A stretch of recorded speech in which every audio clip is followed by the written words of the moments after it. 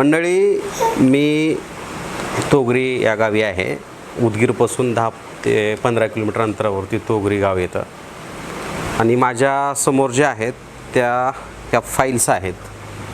त्या फाईलचा अंदाज बघितला तर आपण त्या पेशंटची किती काळजी घेतली असेल हे तुम्ही बघा. सगळ्या फाईल तुम्हाला मी दाखवतो आहे. किती प्रकारची ट्रीटमेंट आहे हे. आता हे सगळं का दाखवते तुम्हाला, हा एक बंच आहे माझ्यासोबत.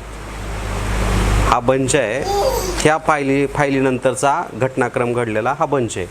म्हणजे घडलं काय, कसं घडलं, कुणी घडवलं त्याबद्दलचा. आणि माझ्याकडे हे जी बाळ दिसते ना, थोडंसं जवळून घ्या हर्षित. हे बाळ दिसतंय. या बाळाला पहिल्या दिवसापासून पोरकं करणार नेमकं कोण आहे, पहिल्या दिवसापासून या बाळाची आई जी आहे ते कोण हिरावून घेतली, हा सगळ्यात मोठा प्रश्न आहे आणि गंभीर आहे. आज जरी ही एक घटना जरी असली आणि ती घटना आज मांडताना आज माझं एवढं म्हणजे स्वतःचा ऊर जड होतो आहे. पहिल्या दिवसाच्या बाळाला सांभाळणं हे किती कठीण असतं ते कदाचित त्या डॉक्टरला माहीत नसावं. फक्त ऑपरेशन करायचे, सिझर करायचे आणि तुमचा पेशंट आमच्या हाताच्या बाहेर गेला आहे म्हणून मोकळं व्हायचं. पण ह्यानंतरचं आज जवळपास 9-10 महिने होत आहेत, 1 वर्ष होत आहेत. या शुभांगी म्हणायच्या वैष्णवी हॉस्पिटल आणि एंडोस्कोपी सेंटरवरती म्हणजे काल परवा एक कलमेचं प्रकरण झालं. त्याच हॉस्पिटलमध्ये जे आहे ते शुभांगीचा या प्रस्तुतीनंतर तिचा मृत्यू झाला. आणि ही जी त्याच घरी मी आहे, माझ्यासोबत तिचे पती आहेत. आता कलमेच्या नंतर हे सगळं घटनाक्रम कसा घडला, काय घडला या संदर्भामध्ये बोलण्यासाठी मी त्यांच्यापाशी आलो होतो. काही 1-2 दिवसापूर्वी मी जे आहे ते एक कॉल रेकॉर्डिंग जी आहे ती आपल्या चॅनलवरती टाकली होती. आणि ती कॉल रेकॉर्डिंग जी आहे ती बऱ्याच जणाला त्यांनी पाहिली होती.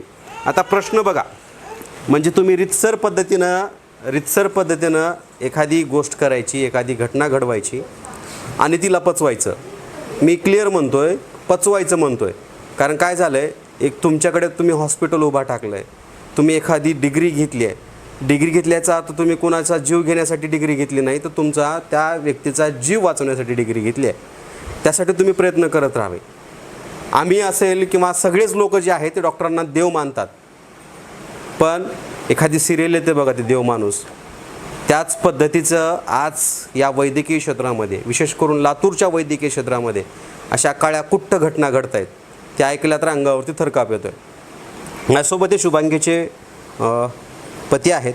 मला सांगा, एकूण घटनाक्रम काय घडला होता आणि कसा घडला होता? आम्ही बोला. पूर्ण म्हणजे अगोदर माझ्या पत्नीचं शुभांगीचं पिशवीचं थोडीशी अडचण होती, त्यामुळे आम्ही पूर्ण सुरुवातीला आम्ही तिथं ट्रीटमेंट घेण्यासाठी गेलो. मग त्यांनी अगोदर पिशवीचं ऑपरेशन केलं होतं. ऑपरेशन केल्यानंतर पूर्ण व्यवस्थित झाल्यानंतर डॉक्टरांनी म्हणलं की म्हणजे आता बाळाच्या प्रोसेससाठी कशाची अडचण येणार नाही असं त्यांनी सांगितलं होतं आम्हाला. मग जेव्हा बाळाची पूर्ण 9 महिन्याची पूर्ण ट्रीटमेंट त्यांच्याकडेच आम्ही केली. दर महिन्याला गेलो. जेव्हा त्यांनी सांगितल्याप्रमाणे, जसं म्हणाल्याप्रमाणे आम्ही गेलो. मग जेव्हा शेवटी त्यांनी बोलवलं होतं तेव्हा आम्ही गेलो होतो. तेव्हा त्यांनी ॲडमिट करून घेतलं. त्यांनी सांगितलं की सरळ सांगितलं की नॉर्मल काय डिलिव्हरी होणार नाही. कोणत्या डॉक्टरने ॲडमिट केलं, नाव नाही सांगितलं? Rajesh Darde doctor, Vaishnavi hospital and endoscopy centre. इथेच पूर्ण पिशवीपासून पूर्ण गर्भदरम्यान पूर्ण प्रोसेस त्यांच्याकडेच केलेली आहे.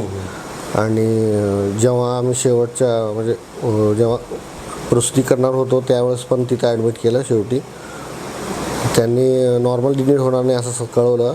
आणि आम्ही कळवलं 18 तारखेला त्यांनी बोलवलं होतं, 18 ऑक्टोबर 2025 रोजी. म्हणजे असं नॉर्मल रेग्युलर चेकअपसाठी बोलवलं होतं. नॉर्मल चेकअपला गेले असता त्यांनी सांगितलं की लगेच ॲडमिट करून घेऊ. मग ठीक आहे म्हणलं. आम्ही काय विचार केला नाही, ॲडमिट केलो. त्यांनी सांगितलं की नॉर्मल काय होणार नाही, सिझरच करावं लागेल. मग ठीक आहे म्हणलं. आम्ही त्याला पण तयार होतो. मग दुसऱ्या दिवशी सकाळी 11 वाजता करू असं त्यांनी सांगितलं होतं. सकाळी आम्ही सगळे पोहोचल्यानंतर डॉक्टरांना भेटलो, बोललो. डॉक्टर 11 वाजता करू म्हणले. नंतर काय त्याच्यामध्ये दुसरे 2-3 पेशंट केले आणि नंतर आमचं 12:30 वाजताच त्यांनी म्हणजे ऑपरेशन थिएटरमध्ये घेतलं. पावणे 1 म्हणजे 1 वाजायला 2 मिनिट कमी होते तेव्हा बाळाचे हे झालं डिलिव्हरी झाल्यानंतर मग त्यांनी 10 मिनिटांनी बाळाला आणलं बाहेर. आम्ही त्या नर्सला विचारलं की काय म्हणजे पत्नीला माझ्या कधी आणणार बाहेर. हां, त्यांनी सांगितलं बाळ झालं, मुलगा झाला, ठीक आहे, तर त्यांना पण कधी आणणार. मग 10 मिनिटात आणतो, 15-20 मिनिटात आणतो, ठीक आहे म्हणलं. आम्ही असंच वेट केलो त्यांचा. तेव्हा डॉक्टरला बाहेर निघून गेले बाळाला दिल्यानंतर.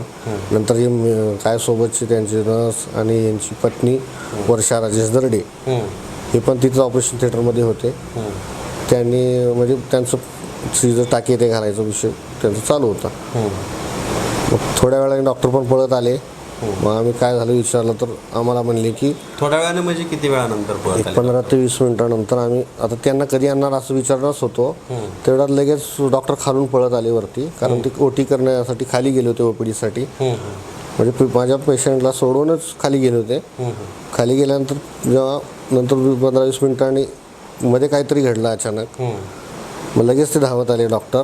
त्याच्यासोबत नर्स ते आले. आम्ही विचारलं काय झालं म्हणलं तर ते मला सांगितले की कोणतरी नर्स मधली असलेली बाहेर जेवायला गेली, असं काही रिझन सांगून टाळाटाळ करून त्यांनी मध्ये गेले. मग आम्ही अजून वेट केलो 15-20 मिनटं. नंतर 15-20 मिनिटांनी डॉक्टरनी मला बोलवलं मध्ये. मग म्हणले की सडन कार्डियाक अरेस्ट आलाय आणि आम्ही ट्रीटमेंट चालू केली. मग ठीक, मी बघितलं पेशंटला बघून या म्हणले. मग हार्ट ते चेक केलं मी, हार्ट ऑक्सिजन त्यांचं बंद पडलं असेल. नंतर ऑटोमॅटिक म्हणजे चालू होतं. म्हणजे जेव्हा मला दाखवलं तेव्हा बाहेरचे डॉक्टर बोलून घेतले होते. डॉक्टर जळकोटे म्हणून होते कोणतरी. त्यांनी सांगितलं कवठाळे हॉस्पिटलमध्ये मी डॉक्टर आहे, डॉक्टर जळकोटे माझं नाव आहे असं त्यांनी सांगितलं. मग ठीक आहे म्हणलं. थोडं वेळ प्रोसेस केले. त्यानंतर अजून अर्धा-1 तासाने 4 वाजेपर्यंत त्यांनी मध्येच काय प्रोसेस केली त्यांची. मग 4 वाजता म्हणले, परत बोलून घेतले की आता इथं ट्रीटमेंट करता येणार नाही, कवठाळीमध्ये शिफ्ट करावं लागेल व्हेंटिलेटरवरती. मग त्यांनीच बाहेरून मग काय म्हणले की इथं व्हेंटिलेटर नाही, इथं व्हेंटिलेटर नाही, सुविधा नाही, तुम्हाला म्हणजे पेशंटला श्वास घेण्यासाठी त्रास होतोय, आम्ही मॅन्युअली पंप करतोय आणि इथं ते सुविधा नसल्यामुळे आपल्याला कवठाळे हॉस्पिटलमध्ये ट्रान्सफर करावं लागेल असं त्यांनी ठीक आहे विचारलं मला. मग आम्ही म्हणलं ठीक आहे, पेशंटसाठी महत्त्वाचं होतं म्हणून आम्ही तिकडं शिफ्ट करण्यास त्यांना संमती केली. मग त्यांनीच ॲम्ब्युलन्स बोलवलं. मग त्यांनी शिफ्ट केलं तिकडं. मग तिथं आम्ही ॲडमिट केलो 4 वाजता. 4 वाजता ॲडमिट केल्यानंतर मग तिथं अजून ट्रीटमेंट चालू केली. डॉक्टर कवठाळे तिथं नव्हते. दुसरे जे 2-3 डॉक्टर होते त्यांच्या हाताखालचे ते शिफ्ट वाईज काम करत गेले. 2 दिवस त्यांनी तसंच चालवलं. डॉक्टर कवठाळेचे किती दिवस होते? 2 दिवस. 2 दिवस होते. 19 ऑक्टोबर रोजी आम्ही 4 वाजता तिथे शिफ्ट केलं. 2 दिवस डॉक्टर कवठाळे तर नव्हते जे मेन आहेत तिथले. पण 2 दिवस दुसऱ्याच लोकांनी 2 दिवस दुसऱ्या जे त्यांच्या अंडरमधले आहेत किंवा शिकाऊ आहेत, नर्स आहेत, तेच सगळे हँडल केले. 2 दिवस त्यांचाच विषय होता. त्यांनीच ट्रीटमेंट चालू ठेवली. आणि प्रत्येक जेव्हा डॉक्टर आला की म्हणायचं की क्रिटिकल आहे, कमी चान्सेस आहेत. ठीक आहे, आम्ही म्हणलं ठीक आहे, त्याला संमती दिली त्यांना. जे तुमच्या पद्धतीने जे करता येईल तेवढं करा म्हणजे आम्ही आमच्या पद्धतीने सांगितलो. मग 2 दिवस तिथं ट्रीटमेंट झाल्यानंतर 21 तारखेला सकाळी 12 वाजता डॉक्टर कवठाळे आले. मग त्यांनी आम्हाला सजेस्ट केले की इथं आता काय जास्त ट्रीटमेंट येणार नाही. मग आता मला सांगा, तुम्ही ते 2 दिवस नाहीत म्हणताय, तेवढा सिरियस पेशंट आहे, व्हेंटिलेटर नाही म्हणून इकडं आणून ठेवलं आहे, पुन्हा गंभीर परिस्थितीमध्ये असताना 2 दिवस कवठाळे परत दुसऱ्या दिवशी येऊन तुम्हाला सांगतायत की पेशंट फार सिरियस आहे म्हणून. तुम्हाला तुमच्या पेशंटची गांभीर्यता नव्हती का? त्यांना पेशंटची गांभीर्यता नव्हती सर. खरं तर त्या वेळेमध्ये तुम्ही गराडेंना विचारलं नाहीत का डॉक्टरांना? जे विचारलं होतं. त्यांनी म्हणले की सडन कार्डियाक अरेस्ट आलंय आणि हे क्वचितच काही असं पेशंटला होतं, जास्त म्हणजे प्रत्येकाला होत नाही, असं मायनर केसेस असतात म्हणजे. कवठाळेमध्ये 2 दिवस असं चालवलं त्यांनी. 21 तारखेला डॉक्टर कवठाळे आले 12-1च्या दरम्यान. मग त्यांनी सांगितलं की आता इथं म्हणजे ह्याच्यापेक्षा पुढची ट्रीटमेंट चांगली, इथं आमच्याकडे अजून काही नाही आहे, तुम्ही इथून सोलापूरला नाही. सोलापूर किंवा पुणे तुमच्या पद्धतीने जसं जमेल तसं नाही. मग आम्ही सोलापूरला नेण्यापेक्षा आम्ही डायरेक्ट पुणे ठरवलं. म्हणजे आमच्या कुटुंबातले सगळं आम्ही डिस्कस करून आम्ही पुण्याला दीनानाथ मंगेशकरमध्ये गेलो. रात्री 12-1च्या दरम्यान आम्ही तिथं पोहोचलो. इथून 4-5-6च्या दरम्यान आम्ही निघालो होतो लातूरमधून. 12 वाजता आम्ही पोहोचलो पुण्यात. तिथं ॲडमिशन ते करण्यासाठी 1 वाजले होते. मग तिथं पण डॉक्टरांनी 2 वाजता मला बोलवलं आणि तिथं पण सेम तसंच सांगितलं की हे क्रिटिकल आहे आणि चान्सेस कमी आहेत. म्हणजे जे आमच्या पद्धतीने करू शकतो ते त्यांनी केलं. मग तिथं पण 1 दिवसच ट्रीटमेंट केली. नंतर तुमचा पेशंट येतो. मला सांगा, ही सगळी घटना घडली तुम्ही सांगताय, ह्याच्यामध्ये हे वैष्णवी हॉस्पिटलच्या डॉक्टरांचा काय रोल होता? त्यांनी व्यवस्थित ट्रीटमेंट दिली नव्हती का, किंवा काळजी घेतली नव्हती का, किंवा तुम्हाला विश्वासात घेतलं नव्हतं का?